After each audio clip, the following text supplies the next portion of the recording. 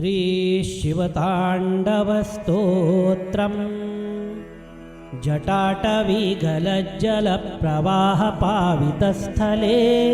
गलेवलम्ब्य लम्बिताम्भुजङ्गतुङ्गमालिकां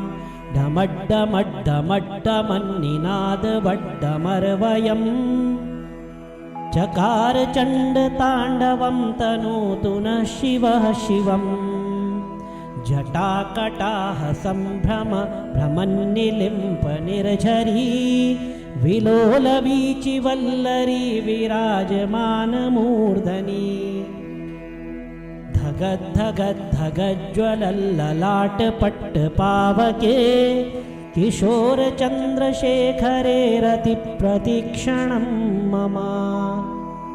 धराधरेन्द्रनन्दिनी विलासबन्धुबन्धुरस्फुरद्दिगन्तसन्तति प्रमोदमानमानसे कृपाकटाक्षधोरिणी निरुद्धदुर्धरापदी क्वचिच्चिदम्बरे मनोविनोदमेतु वस्तुनि जटाभुजङ्गपिङ्गलस्फुरत्फणामणिप्रभा कदम्बकुङ्कुमद्रवप्रलिप्तदिग्वधूमुखे मदान्धसिन्धुरस्फुरत्वगुत्तरीयमेदुरे मनोविनोदमद्भुतं बिभर्तु भूतभर्तरी सहस्रलोचनप्रभृत्य शेषलेखशेखर प्रसूनधूलिधोरिणी विधूसराङ्घ्रिपीठभूः भुजङ्गराजमालया निबद्धजाटजूटकः श्रियै चिराय जायतां चकोरबन्धुशेखरः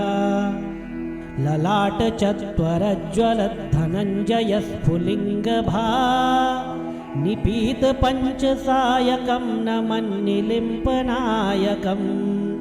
सुधामयूखलेखया विराजमानशेखरं महाकपालिसम्पदे शिरोजटालमस्तु नः करालभालपट्टिका धगद्धगद्धगज्ज्वलत् धनञ्जयाधरीकृता प्रचण्डपञ्चसायके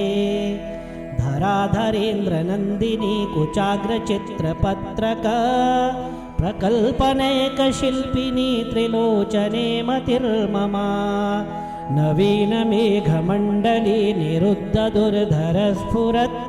कुहूनिशीथिनी तमप्रबन्धबन्धुकन्धरः निलिम्पनिर्झरीधरस्तनोतु कृत्तिसिन्धुरः कलानिधानबन्धुरः श्रियं जगद्धुरन्धरः प्रफुल्लनीलपङ्कजा प्रपञ्चकालिमच्छटा विडम्बिकण्ठकन्धरा रुचिप्रबन्धकन्धरं स्मरच्छिदं पुरच्छिदं भवच्छिदं मखच्छिदं गजच्छिदान्धकच्छिदं तमन्तकच्छिदं भजे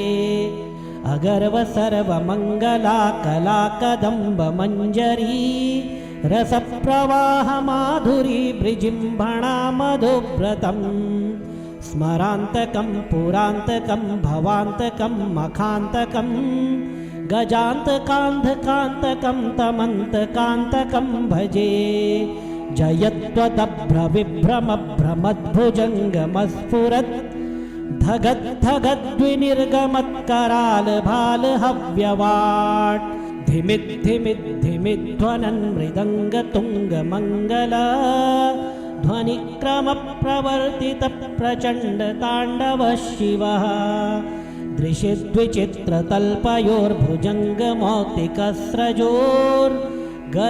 दृशिद्विचित्रतल्पयोर्भुजङ्गमौक्तिकस्रजोर्गरिष्ठरत्नलोष्टयो सुहृद्विपक्षपक्षयोः ऋणारविन्दचक्षुषो प्रजामही महेन्द्रयोः समं प्रवर्तयन्मनः कदा सदा शिवं भजे कदा निलिम्पनिर्झरी निकुञ्जकोटरे वसन् विमुक्तदुर्मतिः सदा शिरस्थमञ्जलिं वहन् विमुक्तलोललोचनो ललामभाललग्नकः शिवेति मन्त्रमुच्चरन् कदा सुखी भवाम्यहम् इमं हि नित्यमेव मुक्तमुत्तमोत्तमस्तवम् पठन् स्मरन् ब्रुवन्नरो विशुद्धिमेति सन्ततम् हरे गुरौषु भक्तिमाशु याति नान्यथा गतिम् विमोहनं हि देहिनां सुशङ्करस्य चिन्तनम् पूजावसानसमये दशवक्त्रगीतं यः शम्भुपूजनपरं पठति प्रदोषे तस्य स्थिरां रथगजेन्द्रतुरङ्गयुक्तां लक्ष्मीं सदैव सुमुखीं प्रददाति शम्भुः श्रीरावणविरचितं शिवताण्डवस्तोत्रं सम्पूर्णम् ॐ नमः पार्वतीपतये हर हर महादेव शम्भो निधये सर्वविद्यानां भिषजे भवरोगिणां गुरवे सर्वलोकानां दक्षिणामूर्तये नमः श्रीदक्षिणामूर्तये नमः।